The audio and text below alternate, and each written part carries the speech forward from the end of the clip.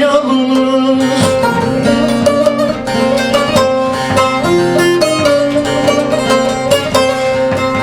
Bu cefayı kendi özüm pek mail gördüm yalnız.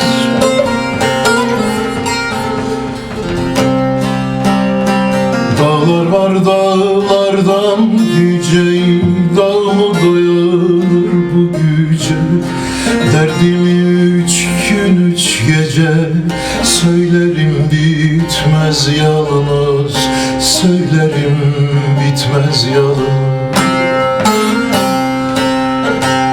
Dağlar var dağlardan yüce, dağ mı dayanır bu güce?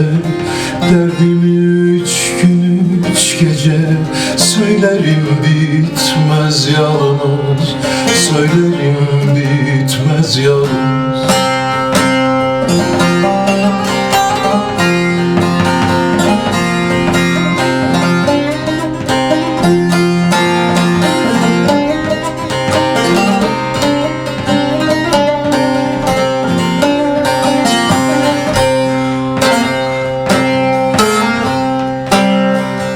Şahın ayağına varsam, hayırlı gül bengin olsam,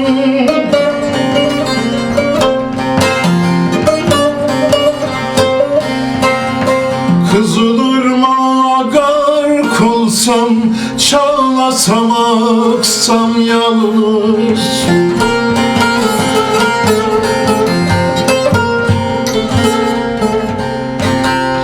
Dağlar var dağlardan yüce, dağ mı dayanır bu güce? Derdimi 3 gün 3 gece söylerim bitmez yalnız, söylerim bitmez yalnız.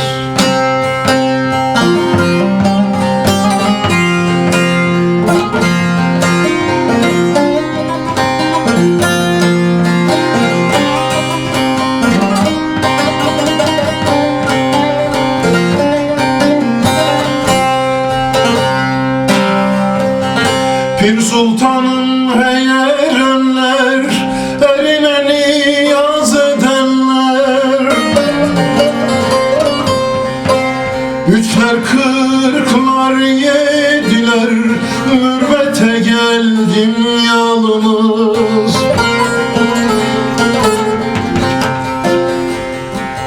Dağlar var dağlardan yüce, dağ mı dayanır bu güce? Derdimi 3 gün 3 gece söylerim bitmez yalnız, söylerim bitmez yalnız. Şahımın ırmağıdır, lezzeti şekerden çoktur.